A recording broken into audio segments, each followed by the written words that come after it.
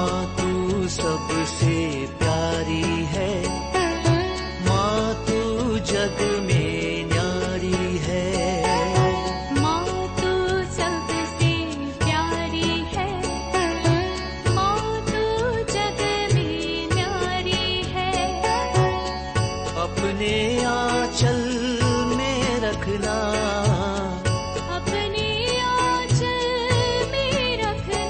हमें वरदानों से भरना। माँ तू सबसे प्यारी है, माँ तू जग में न्यारी है। माँ तू सबसे प्यारी है, माँ तू जग में न्यारी है। Mr. Rajan Samuel, a great missionary in Hindi heartland, first class with distinction.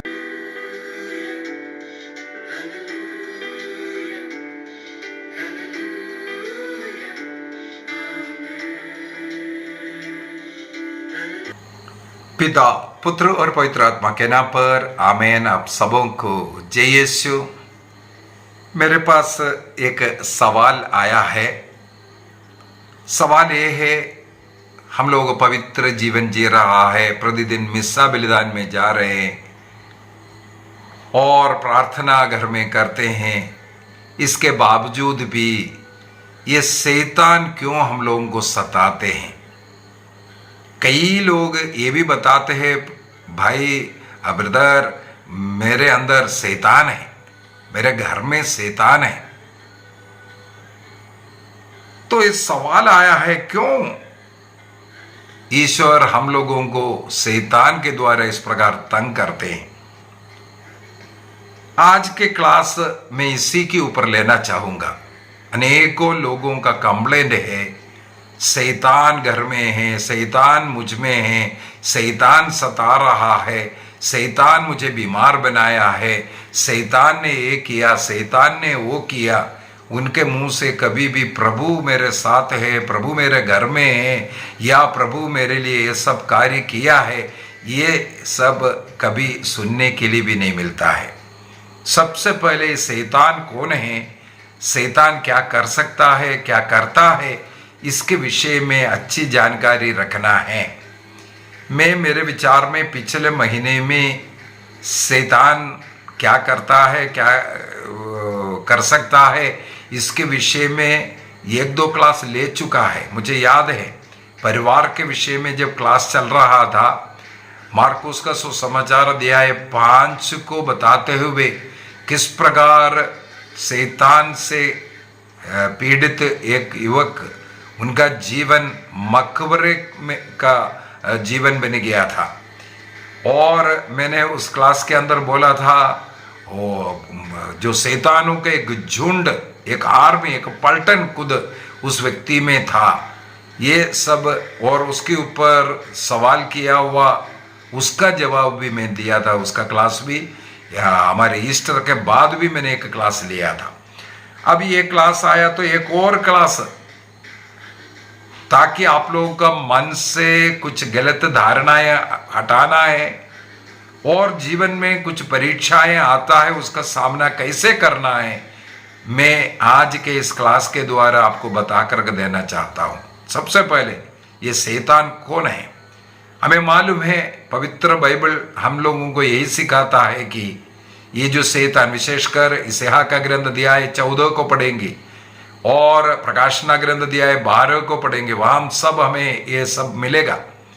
शैतान एक स्वर्गदूत था जो ईश्वर के विरुद्ध विद्रोह किया, घमंड किया, ईश्वर के बराबरी करने का सोच रखने वाला, ईश्वर के सब रहस्य जानता है, इसलिए मैं भी ईश्वर का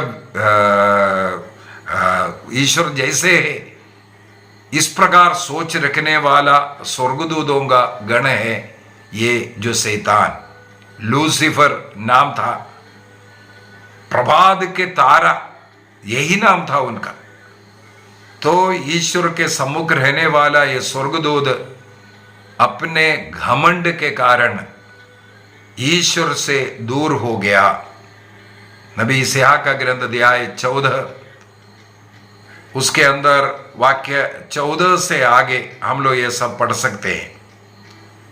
शैतान कहते हैं मैं सर्वोच्च के समान बनूंगा, सर्वोच्च ईश्वर के सारे रहस्य में जानता हूं, इसलिए मैं भी ईश्वर बनूंगा।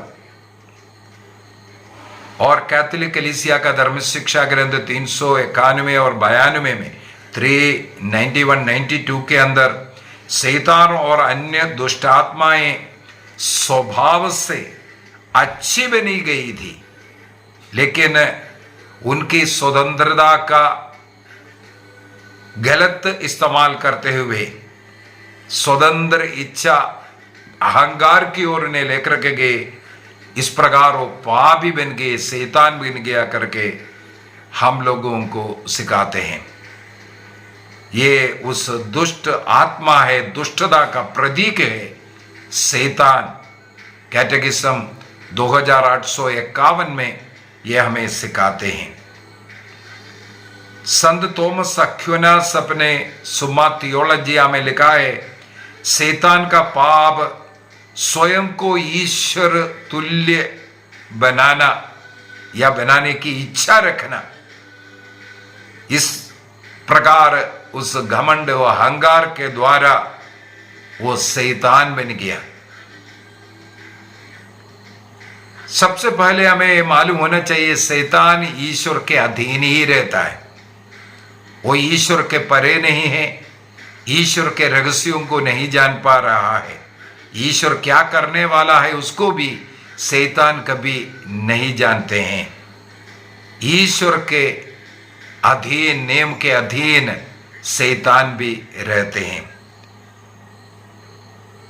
अय्यूब का ग्रंथ अध्याय 1 के अंदर हम लोगों को मालूम है शैतान को कुछ अनुमति ईश्वर के द्वारा देता हुआ। ईश्वर जितना सीमा निर्धारित किया है उसी के अंदर रह करके वो कार्य कर सकता था, वहां पर हम लोग यही पढ़ते हैं। इसी प्रकार लूकस के सुसमाचार में भी अध्याय 22 में हम लोग पढ़ते हैं, वाक्य 31 से आगे हम लोग पढ़ सकते हैं। प्रभु ने पेतरुस से कहा, सिमोन सिमोन, शैतान को तुम्हें गेहूं की तरह फटकने की अनुमति दी गई है। इसका मतलब वो मांग रखते हैं, अनुमति ईश्वर से मिलता है। इसका मतलब शैतान मांग रखने वाला है, ईश्वर के अनुमति के बगैर वो कुछ नहीं कर सकता। हमें पवित्र बाइबल के द्वारा यही सिखाते हैं, यही कैथोलिक कलीसिया का धर्म शिक्षा भी हमें सिखाते हैं। लेकिन शैतान शक्तिशाली जरूर है, लेकिन अपने शक्ति का प्रकटन हमारे ऊपर करने के लिए वो स्वतंत्र भी नहीं है। ईश्वर के अनुमति के बगैर वो कुछ नहीं कर सकता, ये आपको विश्वास करना जरूरी है। संत अगस्तीन कहते हैं शैतान ईश्वर का शत्रु है, साथ ही साथ ईश्वर का दास भी है करके। इसलिए वो ईश्वर जो चाहता है वो ही कर सकता है, ईश्वर के विरुद्ध कुछ भी वो कर नहीं सकता। ये संत अगस्तीन और साथ ही साथ संत थॉमस एक्विनास भी लिखते हैं, शैतान की शक्ति एक प्रकार का उपकरण की शक्ति है, वो ईश्वर उपयोग कर सकता है उसको। केवल वो उतना कर सकता है जितना अनुमति ईश्वर देते हैं। मेरे विचार में इतने में आप लोग समझ रहे होंगे। अभी दूसरा, हमारी परीक्षा क्यों शैतान के द्वारा होता है? परीक्षा हमेशा अच्छे नतीजे के लिए होता है, विजय के लिए होता है। चाहे स्कूल में आप पढ़ाई कर रहा है, आपका परीक्षा इसलिए है उसके द्वारा आपको डिग्री मिल जाए, आपको सर्टिफिकेट मिल जाए, आपने अच्छी तरह पढ़ाई किया, आपने अच्छा मेहनत किया है, उसका एक प्रकार का तारीफ मिलने के लिए परीक्षा आपको जरूरी है। ये भी आत्मिक जीवन में भी इस प्रकार की परीक्षाएं हम लोगों को उसमें एक प्रकार का डिग्री देने के लिए ही होता है। अय्यूब की कहानी उसी में हम लोग यही देखते हैं। अय्यूब को सताने के लिए कुछ अनुमति दी गई, उसके द्वारा अय्यूब के विश्वास की परीक्षा की गई। इसी प्रकार हम लोग देख सकते हैं उत्पत्ति ग्रंथ अध्याय 22 में अब्राहम की परीक्षा, अपने इकलौते पुत्र बुढ़ापे में 100 साल के उम्र में जो पुत्र मिला, उस पुत्र का बलि अर्पित करने के लिए आग्रह किया। ताबोर पहाड़ पर लेकर जाओ, वहां पर अपने पुत्र को मेरे लिए बलि अर्पित करो। सचमुच में क्रिस्त के बलि, पिता ने अपने पुत्र के बलि, क्रिस्त के बलि कलवारी में जो किया है उसका एक प्रतीक मात्र था, लेकिन वहां पर साथ ही साथ वहां पर अब्राहम की एक परीक्षा भी था, एक टेस्ट भी था। वहां पर हम लोग देखते हैं अब्राहम के उस परीक्षा में सफल होने के कारण ईश्वर बहुत खुश होता है। ईश्वर क्या कहते हैं, मैं थोड़ा सा वहां पर उस पाठ को पढ़ना चाहूंगा। उत्पत्ति ग्रंथ उसके अध्याय 22 में हम लोग देखते हैं, प्रभु ने अब्राहम से कहा, तुम अपने पुत्र को लेकर के मोरिया पहाड़ जाओ, वहां मेरे लिए अर्पित करो। और वो जाते हैं, बलिवेदी बनाते हैं, अपने पुत्र को उस वेदी के ऊपर लिटाते हैं, चाकू लेते हैं। लेकिन तब प्रभु उन्हें पुकार करके बोलते हैं, इब्राहिम इब्राहिम। उसने उत्तर दिया, प्रस्तुत हूं। प्रभु ने कहा, बालक पर हाथ नहीं उठाना, उसे कोई हानि नहीं पहुंचाना। अब मैं जान गया कि तुम ईश्वर पर श्रद्धा रखते हो। तुम मुझे अपने पुत्र, अपने इकलौते पुत्र से भी, पुत्र को भी देने के लिए इनकार नहीं किया। इसके बाद हम लोग देखते हैं वहां पर बलि अर्पित कर गया, एक मेमने का अर्थात प्रभु यीशु मसीह का प्रतीक वहां पर भी हम लोगों को मिलते हैं। वाक्य 15 से हम लोग पढ़ते हैं, दूसरी बार प्रभु की जो दूत अब्राहम को मिलते हैं और बोला, यह प्रभु की वाणी है, मैं शब्द गाकर कहता हूं, तुमने यह काम किया, तुमने मुझे अपने पुत्र, अपने इकलौते पुत्र को भी देने से इनकार नहीं किया, इसलिए मैं तुम पर आशीष बरसता रहूंगा। अब्राहम को आशीष बनाने का कारण अब्राहम परीक्षा में विजय हुआ। इसका मतलब है परीक्षा जरूरी है, परीक्षा मनुष्य के लिए जरूरी है। हमें मालूम है ईसा मसीह के बपतिस्मा के समय पर पवित्र आत्मा कपोत के रूप में उन पर उतर आया। और आगे हम लोग क्या पढ़ते हैं, आत्मा ईसा मसीह को एक निर्जन प्रदेश लेकर के गया। वहां पर शैतान के द्वारा 40 दिन रात परीक्षाएं होता गया। परीक्षा, ईसा मसीह का भी परीक्षा किया गया। 3 प्रकार की परीक्षा, शारीरिक, मानसिक, आत्मिक की परीक्षा वहां पर की गई, जो हर एक मनुष्य को इसी प्रकार शारीरिक, मानसिक, आत्मिक परीक्षाओं से गुजरना पड़ता है। इस्राएली लोग मरुभूमि में इसी प्रकार का 3 परीक्षाओं में विफल हो गया था। इस कारण ईसा मसीह को भी उन परीक्षाओं से गुजरना पड़ा। और हम लोगों को भी हमारे जीवन में भी इसी प्रकार का परीक्षा हो सकता है। जैसे प्रभु ने उपवास और प्रार्थना के द्वारा, ईश्वर के वचन के शक्ति सामर्थ्य के द्वारा शैतान पर विजय प्राप्त करते हैं। लूकस का सुसमाचार के अंदर अध्याय 4 को अगर हम पढ़ेंगे, वहां पर वाक्य 1 से परीक्षा के विषय में लिखा है और आखिरी में वाक्य 14 में लिखा है, आत्मा के सामर्थ्य से संपन्न होकर ईसा गलीलिया लौटे। वाक्य 1 में क्या लिखा है?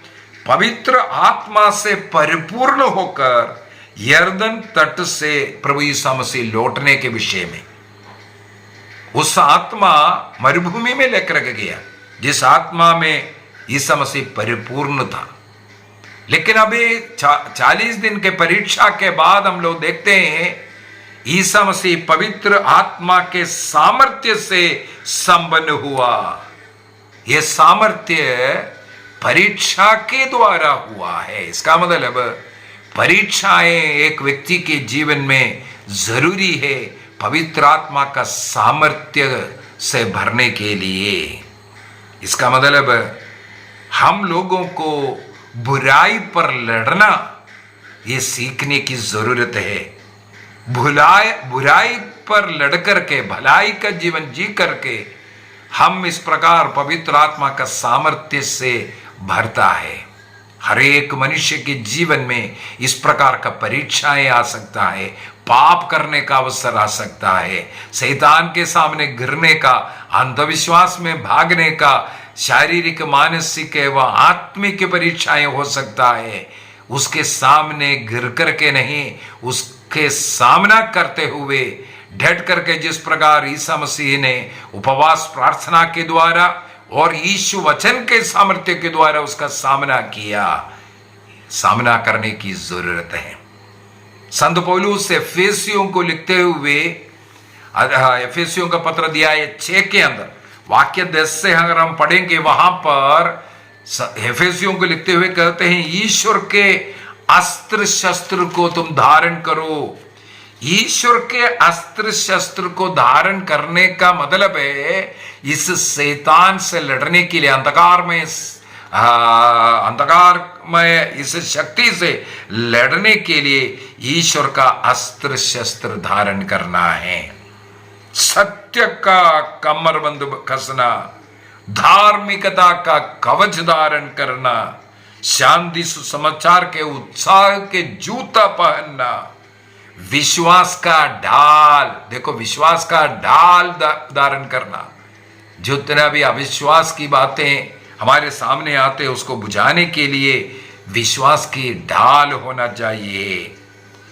और दुष्ट शक्तियों का जो वचन हमें निरुत्साह करने वाला, गिराने वाला शब्दों को बुझाने के लिए यह ढाल का धारण करना बहुत जरूरी है। और हमें ईश्वर का वचन रूपी तलवार, दुधारी तलवार, वो आत्मा का तलवार है, उसको दाहिने हाथ में उठाना है और विश्वास का ढाल बाएं हाथ में रख करके इस शत्रु से लड़ना है, ये सिखाते हैं। मैंने इस YouTube के अंदर ही हर एक अस्त्र शस्त्र, ये 6 अस्त्र शस्त्र दिया है। 6 दिन में एक एक अस्त्र शस्त्र के विषय में, उसका धारण करने के विषय में, उसका उपयोग करने के विषय में, उसका अर्थ क्या है, यह सब क्लास लिया हुआ है। यदि आप इसके प्लेलिस्ट में जाएंगे, ईश्वर का अस्त्र शस्त्र बोल करके एक लिस्ट मिलेगा, उसको ओपन करना, वहां पर आपको एक क्लास मिलेगा। तो शैतान का सामना करना है, वो कैसे करना है, ये सब पवित्र बाइबल हमें सिखाते हैं। अगला पॉइंट है, हम लोगों को प्रभु स्वतंत्रता दिया है और मनुष्य को दी हुई स्वतंत्रता का सम्मान ईश्वर करता है।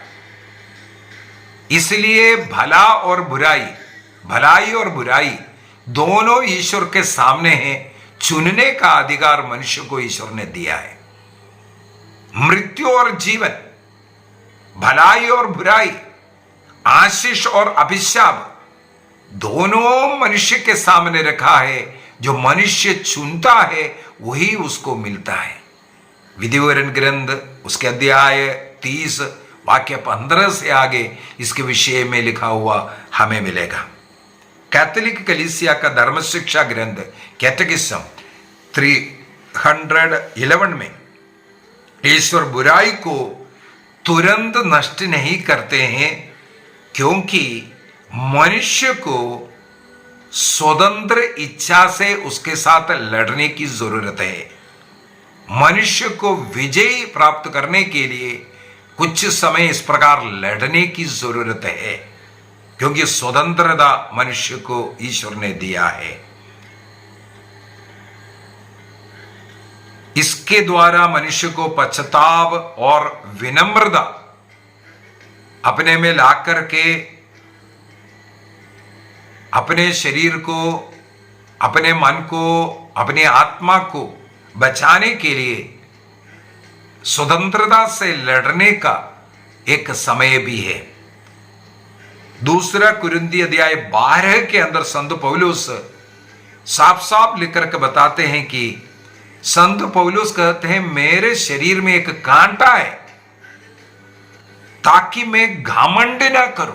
देखो संत पौलुस स्वयं कहते हैं मेरे शरीर में एक कांटा लगा हुआ है जिससे मैं घमंड ना करूं। घमंड कर विनिष्ट करने की अपेक्षा उनके शरीर में एक कांटा, अर्थात उनको बार बार तकलीफ देने वाला कोई चीज अपने को विनम्र करने के लिए, अपने को ईश्वर के अधीन करने के लिए वो उपयुक्त था।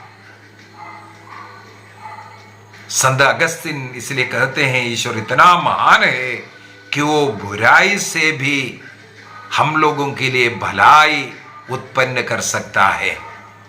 उत्पत्ति ग्रंथ अध्याय 50 वाक्य 20 में जोसेफ ने अपने भाइयों को यही शब्द बोला, तुम लोगों ने मेरे साथ बुरा करना चाहा, लेकिन ईश्वर ने उस बुराई को भलाई में परिणमित किया। कब परिणमित किया? जोसेफ उन भाइयों ने जो बुराई किया उसको आध्यात्मिक रीति से, आत्मिक रीति से सामना किया। अपने भाइयों के विरुद्ध कुटकुटाया नहीं, उनसे लड़ाई झगड़ा नहीं किया, उनसे विरोध नहीं रखा, बल्कि पूर्ण हृदय से उन्हें स्वागत किया, उन्हें प्यार दिया, उन्हें क्षमा किया। वहां पर ईश्वर ने उस बुराई को जोसेफ के अच्छाई के लिए परिणमित करता हुआ। इसलिए हमारे जीवन में आने वाले उन परीक्षाओं से हम लोगों को रोने की जरूरत नहीं। हमारे जीवन में सफलता हो, शैतान पर विजय हो, ये ईश्वर चाहता है। शैतान को, ऐसे परीक्षाओं को, ऐसे पापों को अपने पैरों के नीचे कुचलने की शक्ति हमें मिले, इस कारण हमारे सामने ऐसे ऐसे चीजें होते हैं। हम लोगों को मालूम है पवित्र बाइबल का जो प्रोटो इवांजेलियम जो कहते हैं, उत्पत्ति 3:15, वहां पर स्त्री का वंश शैतान के सिर को कुचलने के विषय में लिखा हुआ है।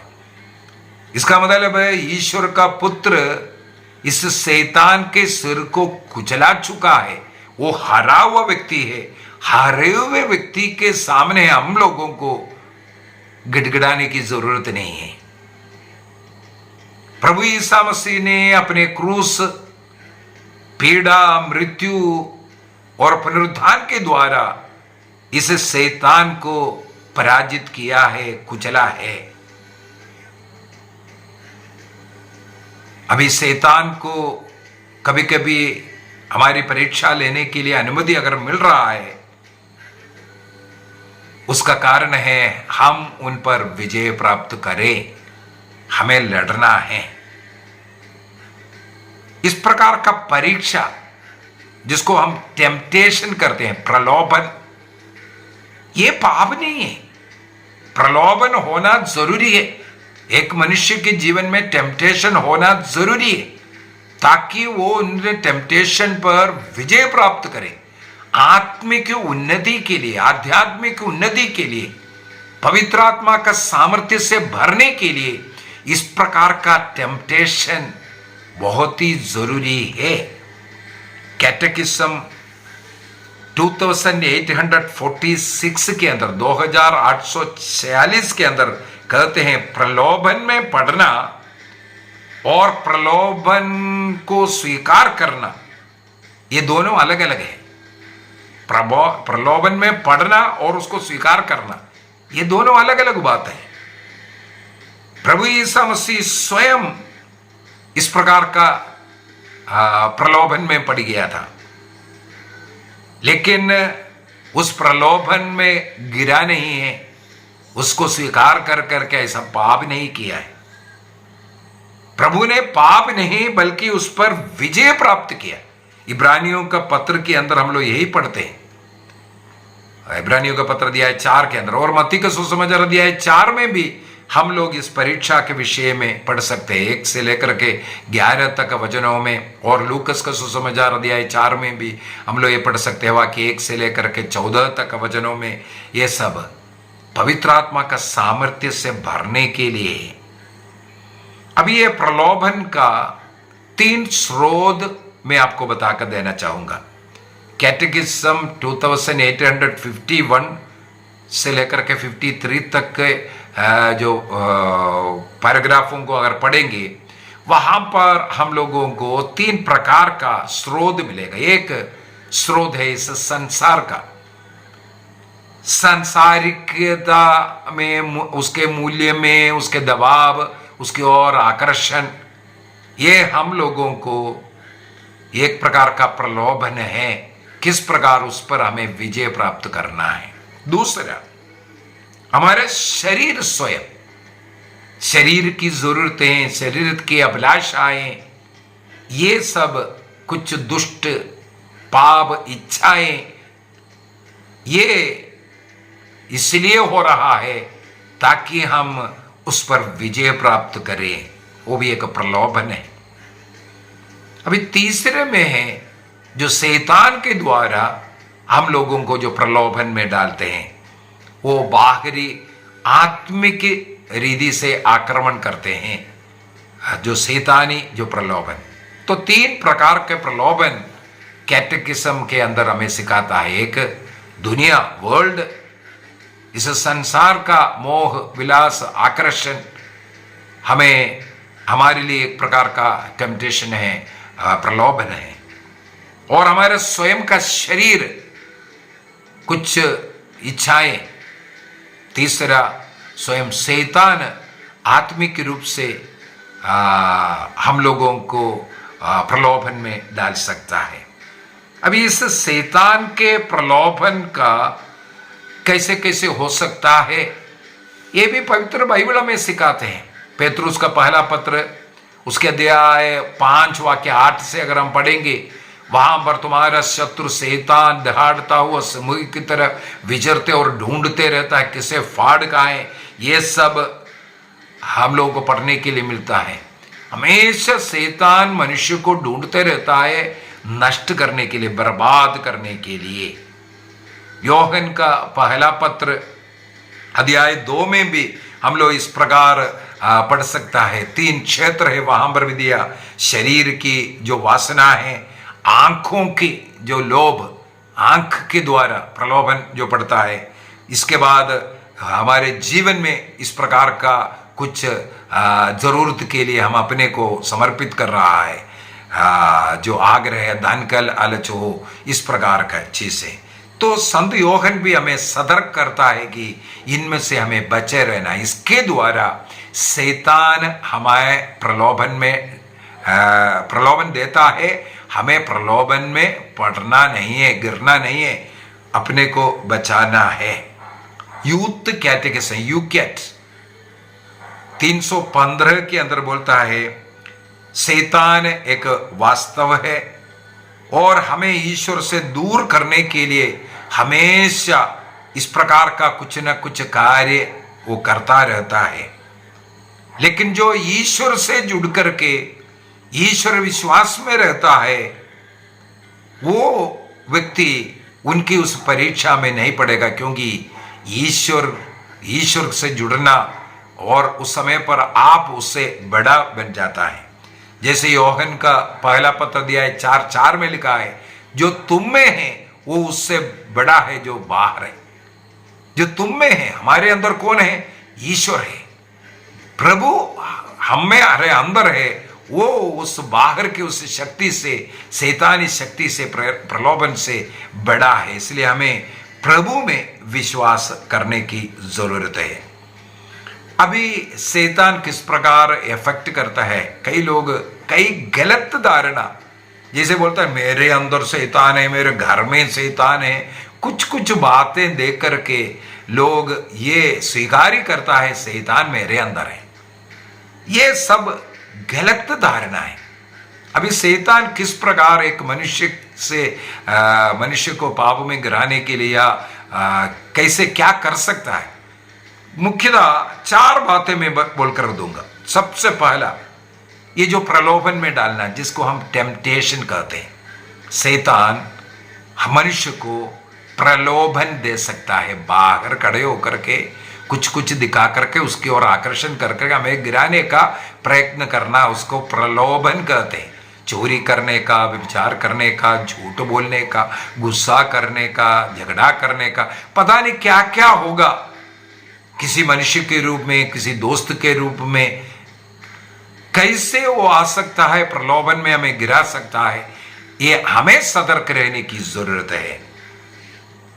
हम लोग अपने जीवन में इसका अनुभव कर सकता है, प्रलोभन का, बार बार ये इस प्रकार का टेम्पटेशन दे सकता है, प्रलोभन दे सकता है। दूसरा,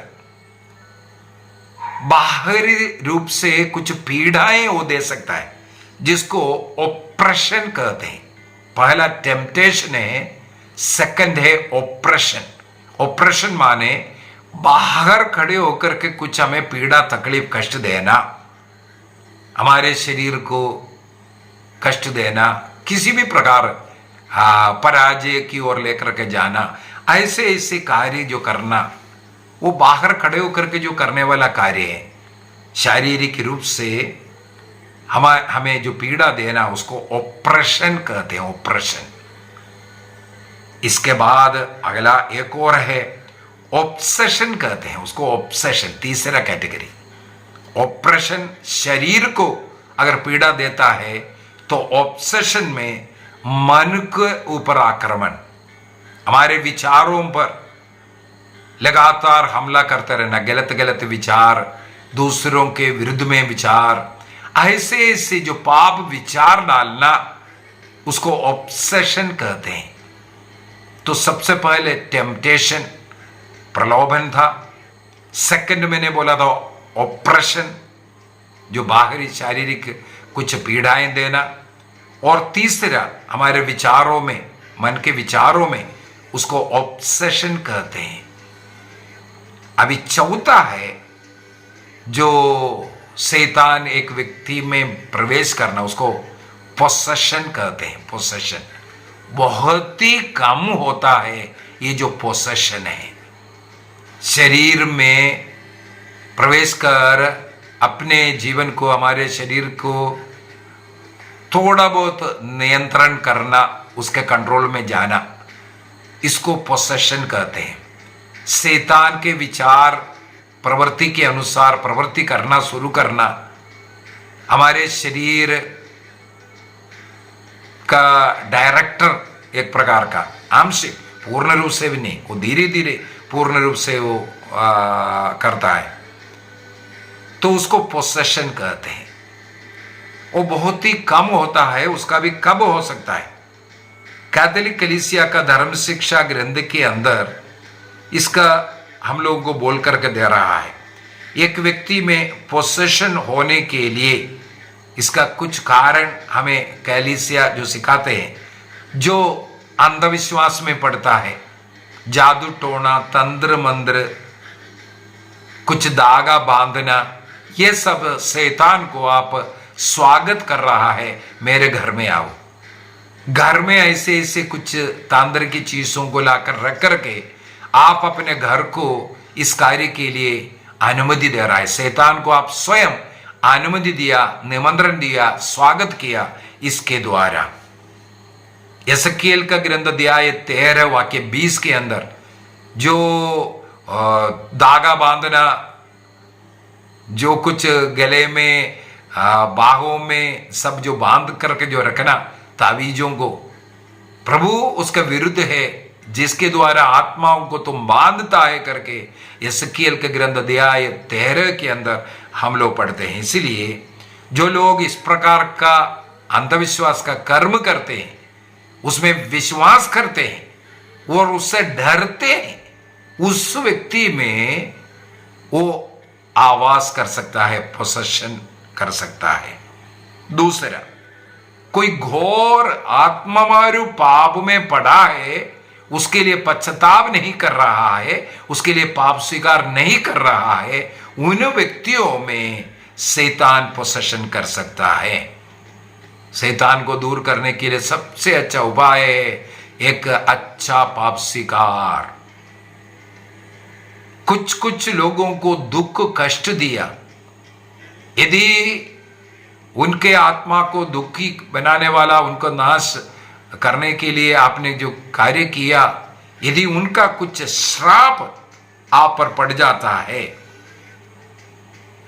वो घर में आप में शैतान आने का एक कारण हो सकता है।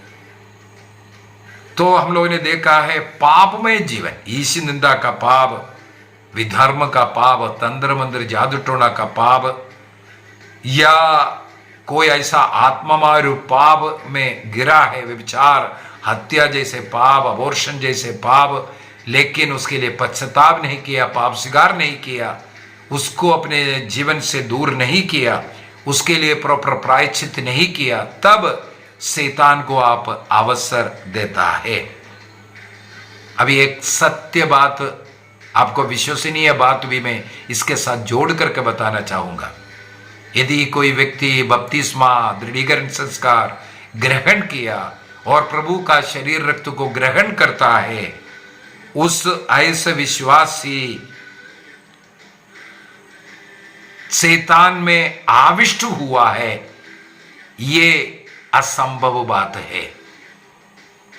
जब तक आप शैतान को निमंत्रण देकर के नहीं बिठा रहा है, घोर पाप के अवस्था में, ईश निंदा के पाप के अवस्था में नहीं पड़ा है, तब तक आप में कोई शैतान आविष्ट नहीं हो सकता। आप यदि बपतिस्मा प्राप्त है, दृढ़ीकरण संस्कार ग्रहण किया है, प्रभु को रोटी दाकरस के रूप में प्रभु का शरीर रक्त को ग्रहण करता है, ऐसे व्यक्ति में शैतान नहीं बैठ सकता, केवल टेम्पटेशन हो सकता है। ये आपको सीखने की जरूरत है।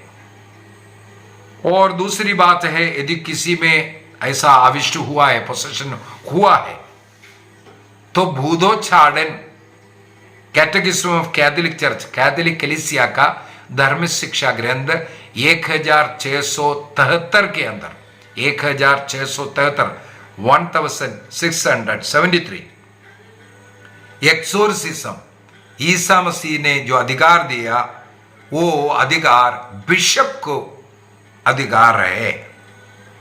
कलीसिया का वो अधिकार बिशप उसको हैंडल करता है। और रोमन कैनन लो 1172 1172 में 1172 केवल बिशप जिनको अनुमति देता है, केवल वही व्यक्ति ये एक्सोर्सिज्म आधिकारिक रूप से कर सकता है।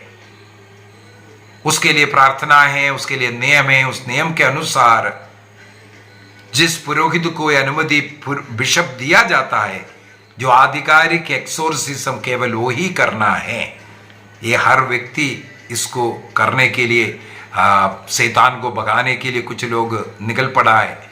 ये कलीसिया के नियम के विरुद्ध है, ईश्वर के इच्छा के विरुद्ध है। संत थॉमस एक्विनास सिखाते हैं कि शैतान आत्मा को नियंत्रित नहीं कर सकता, केवल वो शरीर को, वह भी ईश्वर के अनुमति से कर सकता है। क्योंकि यदि आप घोर पाप में, व्यभिचार जैसे पाप में, हत्या जैसे पाप में आप पड़े हैं और उसके लिए पश्चाताप नहीं करते और अंधविश्वास की कर्मों में पड़े, तंत्र मंत्र जादू टोना और ताबीज बांधना, इसके द्वारा आप शैतान को स्वयं बुला करके आप बिठा रहा है। जब उसके लिए पश्चाताप करेंगे, उसको त्याग देंगे और उस पाप के लिए प्रायश्चित कर आप उससे स्वतंत्र हो सकता है। ये कलीसिया सिखाते हैं। आइए हम अपनी आंखें बंद करें। मेरे विचार में आप लोगों को समझ में आया है। मैं विशेष रूप से 4 पॉइंट बता करके दिया था। एक, शैतान किस प्रकार एक व्यक्ति को प्रलोभन में डालता है, टेम्पटेशन, और बाहरी पीड़ाएं देकर के उसमें ऑपरेशन जो कहते हैं, और मानसिक विचार में जो गलती लगातार हमला करते हुए उसको ऑब्सेशन कहते हैं, और चौथा है पोसेशन। केवल घोर पाप करने वाले, ईश निंदा का पापों में पड़े हुए लोगों में ही केवल होता है। जो लोग बपतिस्मा ग्रहण किया, पवित्र आत्मा का मोहर जिसमें लग चुका है, शैतान उसमें आविष्ट नहीं हो सकता, पोसेशन नहीं हो सकता। हम लोगों ने ये देखा है। इसलिए हम लोगों को बार बार पाप स्वीकार करना और ऐसे प्रलोभनों में ना गिरने का जो टेस्टिंग बहुत जरूरी है। प्रलोभन, पाप का अवसर सब हर मनुष्य में आना, ताकि हम आध्यात्मिक रूप से, आत्मिक रूप से बढ़ने के लिए और उसमें हमें विजय प्राप्त करना। जैसे संत पौलुस ने कुरिन्थियों का पहला पत्र 9:27 में कहा, मैं अपने शरीर को अपने वश में रखता हूं। अय्यूब ने कहा, अय्यूब का ग्रंथ अध्याय 31:1 में, मैं अपनी आंखों के साथ समझौता करता हूं, इस आंखों के द्वारा किसी कुंवारी के ऊपर नहीं देखूंगा। इस प्रकार शैतान के प्रलोभनों पर हम विजय प्राप्त कर सकता है। प्रभु ने उपवास और प्रार्थना के द्वारा और जिस प्रकार का प्रलोभन आ रहा था उसके लिए उपयुक्त वचन के द्वारा उस शैतान के प्रलोभन पर विजय प्राप्त करना, अर्थात बाइबल का पठन करना, ये भी हमें कृपा देता है, आशीष देता है। दूसरी बात है रोसरी माला प्रार्थना। 4 रोसरी यदि आप रोज करना शुरू करेंगे, पहले आनंद का भेद, प्रकाश का भेद, दुख का भेद और महिमा का भेद, इस प्रकार पूर्ण एक रोजरी माला 20 भेद का, तब एक संपूर्ण रोजरी होता है, करेंगे। पूरे पवित्र बाइबल की शक्ति सामर्थ्य आप पर और मां मरियम की सहायता आपको मिलती रहेगी।